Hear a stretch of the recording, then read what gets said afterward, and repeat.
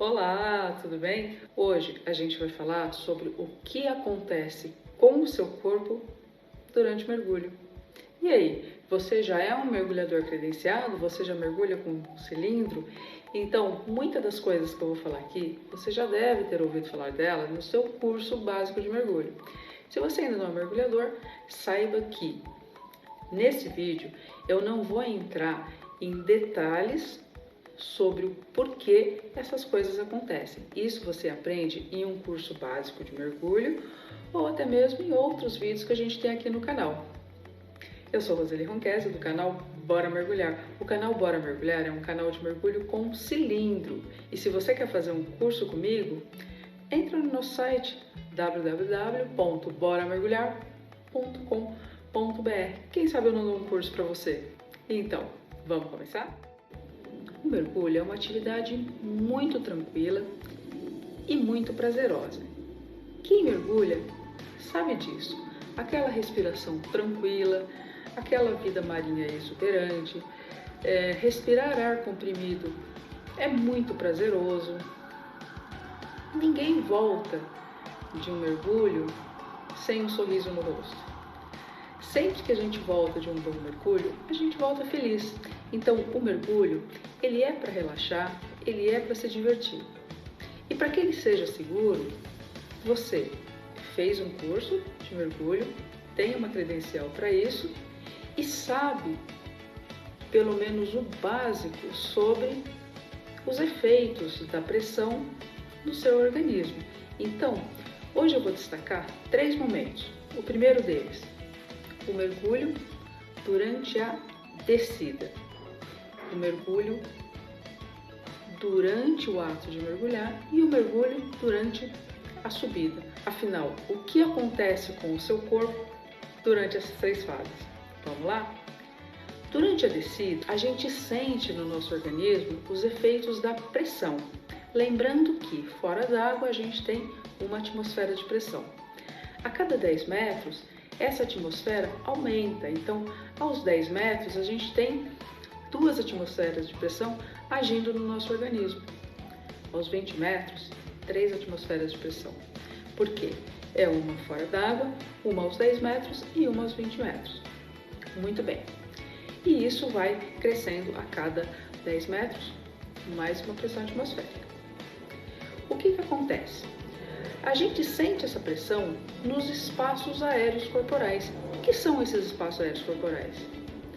Os ouvidos, os seios faciais, que são essa região aqui do rosto e essa região aqui, né, da testa.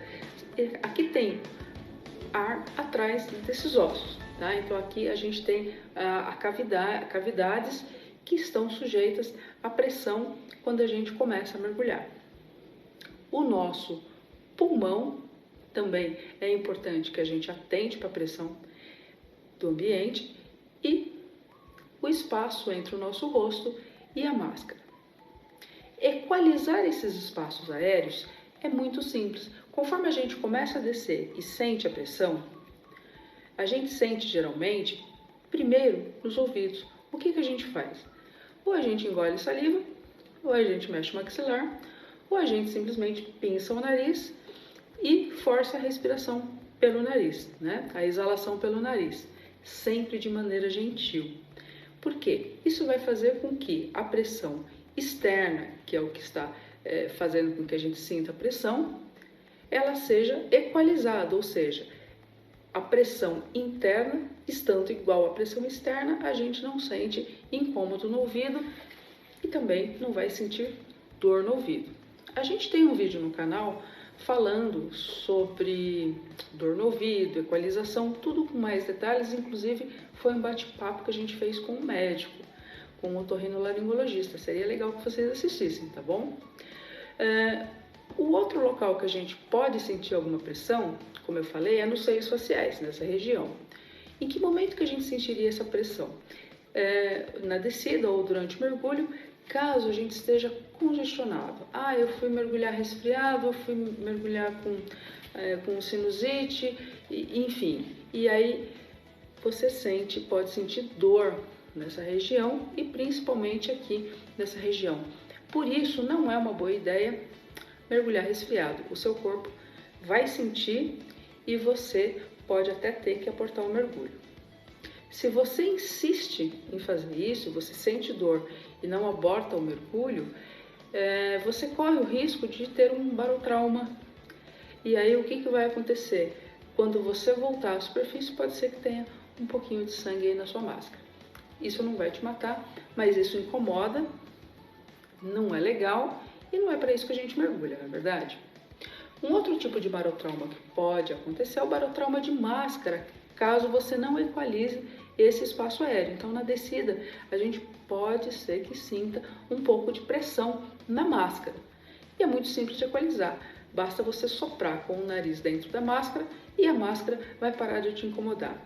E se você não fizer isso, como eu falei, você pode ter um barotrauma de máscara, que nada mais é do que voltar com o olho roxo, né? Ou com uma marca muito feia de máscara aqui no rosto. Isso pode sim machucar, e se você insistir em sentir dor, em sentir essa pressão lá embaixo, não é legal, isso pode te ferir de uma forma mais grave. Então, nada de deixar de equalizar ou continuar mergulhando sentindo dor. Isso não é legal. Com relação aos pulmões, ele é o nosso, digamos, principal espaço aéreo aí a ser equalizado, não é? Então, a gente respira ar comprimido. Se a gente respira ar comprimido, significa que a gente está respirando um ar muito mais denso. A profundidade, quanto mais fundo, mais denso esse ar. Essa respiração, ela precisa ser profunda, ser lenta e constante. A gente nunca deve prender a respiração no mergulho, porque isso poderia te causar uma hiperexpansão do pulmão. Então, respirando lenta e profundamente e nunca, jamais prendendo a respiração, você está naturalmente equalizando os seus pulmões. Então é isso aí. Na descida, o segredo é equalizar os espaços aéreos, não esperar sentir incômodo, muito menos dor.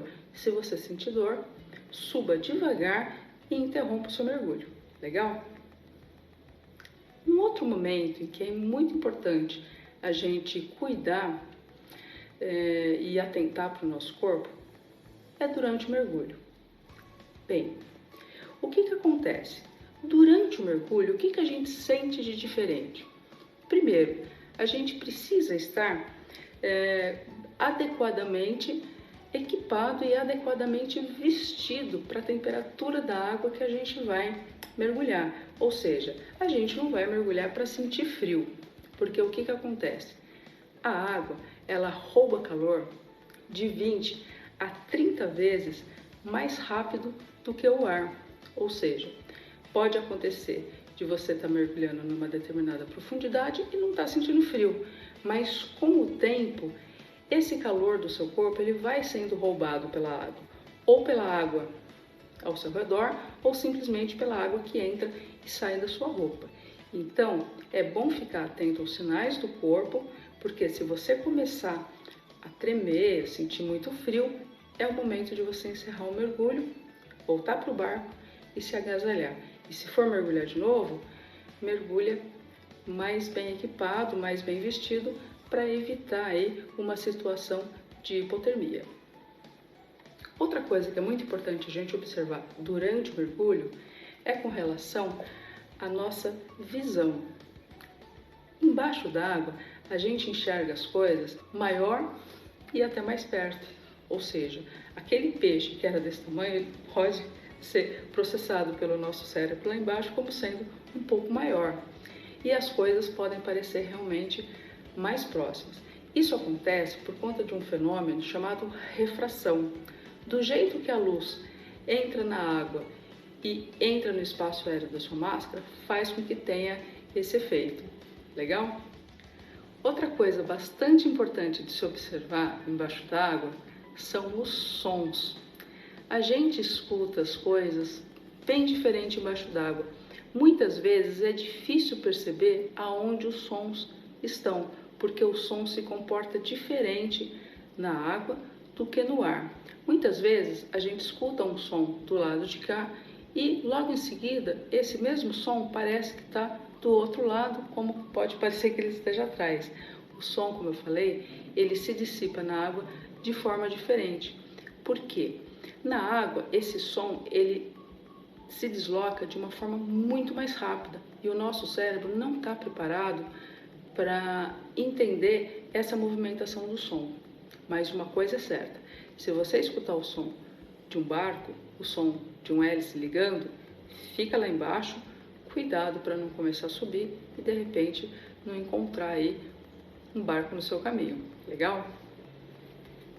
Muitas pessoas sentem muita vontade de urinar durante os mergulhos. É muito comum escutar esse relato: nossa, durante o mergulho eu fico com muita vontade de urinar, ou durante o mergulho eu urino muitas vezes. Isso é normal, isso é natural do nosso corpo. O que acontece? Fora d'água, aqui em pé, eu estou sujeita a uma pressão atmosférica e o meu corpo está sofrendo essa pressão atmosférica de cima para baixo. Então, a corrente sanguínea, o fluxo sanguíneo, ele está correndo no meu corpo nessa posição. Então, ele desce e depois ele sobe. E quem é responsável por ajudar esse sangue a subir de volta são as nossas panturrilhas. Quando a gente está lá embaixo, a gente geralmente está numa posição horizontal, ou seja, aquela pressão que a gente não percebe, mas tem ali no nosso corpo quando a gente está aqui em pé e a gente está deitado é diferente. O fluxo sanguíneo ele é muito mais intenso no nosso corpo, ele flui de uma forma muito mais livre no nosso corpo, fazendo com que os nossos rins recebam uma carga maior de sangue. E o que acontece? Ele recebe a ordem de urinar. Ele pensa: aqui tem muito líquido, eu preciso fazer com que esse líquido saia. Então, vem aí a vontade de urinar. É a chamada diurese por imersão. E aí, você urina durante o mergulho? Conta aqui pra mim. Uma outra coisa muito interessante que acontece com os mergulhadores durante o mergulho é a narcose por gás. A narcose por gás, ela pode acontecer a partir dos 30 metros de profundidade. Algumas pessoas nunca tiveram e talvez nunca tenham a narcose por gás e outras pessoas já tiveram, pode ser que não voltem a ter, ou pode ser que tenham sempre. O que é a narcose por gás? O ar que a gente respira, ele é composto de 21% de oxigênio e 79% de nitrogênio. Esse oxigênio ele é metabolizado pelo nosso organismo, ele é usado pelo nosso organismo. E aquilo que não é usado sai em forma de oxigênio. O nitrogênio ele é um gás inerte, ele é um gás que entra e sai sem ser usado. Aqui na superfície, a gente inala e exala esse nitrogênio sem problema nenhum. O que fica no nosso organismo é muito pouco nitrogênio e existe sempre essa troca. Conforme a gente desce, conforme a pressão, esse nitrogênio ele tem mais dificuldade para sair do nosso organismo. Então ele vai ficando ali no nosso organismo durante o mergulho. Existe uma troca muito mais lenta desse gás. À profundidade, esse nitrogênio ele afeta as sinapses, ele afeta o nosso sistema nervoso. E aí o que pode acontecer? Alguns mergulhadores ficam mais letárgicos, não conseguem reagir. E outros mergulhadores ficam eufóricos, a ponto de querer dar risada sozinho, ficar muito feliz, querer dançar lá embaixo, enfim. Isso não é um problema, sozinho ele não é um problema. O problema é que o mergulhador ele fica desatento à sua segurança e acaba não prestando atenção no tempo, na profundidade e tudo mais. Se você está mergulhando com alguém e percebe que o seu dupla entrou em narcose por ele estar agindo de maneira estranha, tenta uma comunicação com ele. Se essa comunicação não flui naturalmente, ajuda ele a subir pelo menos 1 metro ou 2 metros de profundidade, que isso vai passar, naturalmente isso vai passar. Então, como eu falei, o problema não é a narcose por gás. Aliás, Jacques Cousteau já sentiu essa narcose. Ele colocou um outro nome que é êxtase das profundezas. E aí, você já narcosou alguma vez? Você já viu alguém narcosar? Então lembre-se, A partir dos 30 metros, a gente precisa ficar atento às reações do nosso corpo para ver se a gente não começa a ficar letárgico ou para ver se a gente não começa a entrar numa euforia muito grande. Isso passa, como eu falei, conforme a gente sobe e não é por si só um problema. O problema é não ficar atento àquilo que você está fazendo. Lembre-se, a gente tem um vídeo aqui no canal falando especificamente sobre narcose por gás. Dá uma olhada aí. E o outro momento que a gente tem que ficar atento ao nosso corpo durante o mergulho é na subida. O que acontece? Como eu falei, o ar que a gente respira é composto por oxigênio e nitrogênio. E esse nitrogênio ele se acumula no nosso organismo durante o mergulho. Na subida, a pressão que a água exerce sobre o nosso corpo, ela vai ficando cada vez menor à medida que eu subo. E conforme essa pressão sai, esse nitrogênio que está acumulado, ele também vai saindo mais rapidamente. Por esse motivo, eu tenho que subir numa velocidade de no máximo 9 metros por minuto. Por quê? Se eu subo muito rápido, a tendência é que esse nitrogênio saia muito rápido.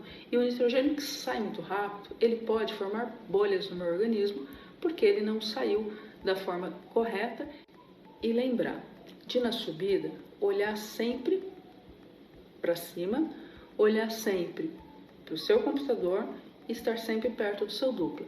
Fazer esse controle, atentando para a velocidade de subida, estar perto do seu dupla e saber se tem alguma coisa acima de você, vai garantir aí para você uma subida segura, de maneira que você não vai bater a cabeça num barco, numa boia ou em outro mergulhador e também não vai subir muito rápido. E aí? Você mergulha sempre? A quantos metros você já mergulhou? O que você já sentiu de diferente no seu corpo enquanto você mergulhava? Mas lembre-se, durante o curso a gente aprende a administrar essas coisas todas com leveza, com diversão, para os mergulhos serem divertidos. Uma vez administrado essas questões de pressão, o mergulho ele é só diversão. Nos mergulhos a gente tira foto, a gente se comunica por sinais, a gente se diverte, a gente troca muitas experiências. Então, se você tem vontade de fazer um curso de mergulho, faça e aprenda sobre todas essas coisas que eu estou falando para você. E se você já é um mergulhador, saiba que nós temos um curso de ciência do mergulho. Nesse curso, todos esses temas são abordados em detalhes e também serve para que você se torne um profissional de mergulho. E aí, você tem vontade de se tornar um profissional de mergulho? Fala comigo, manda uma mensagem para mim. É isso, e eu te vejo no próximo vídeo. Tchau!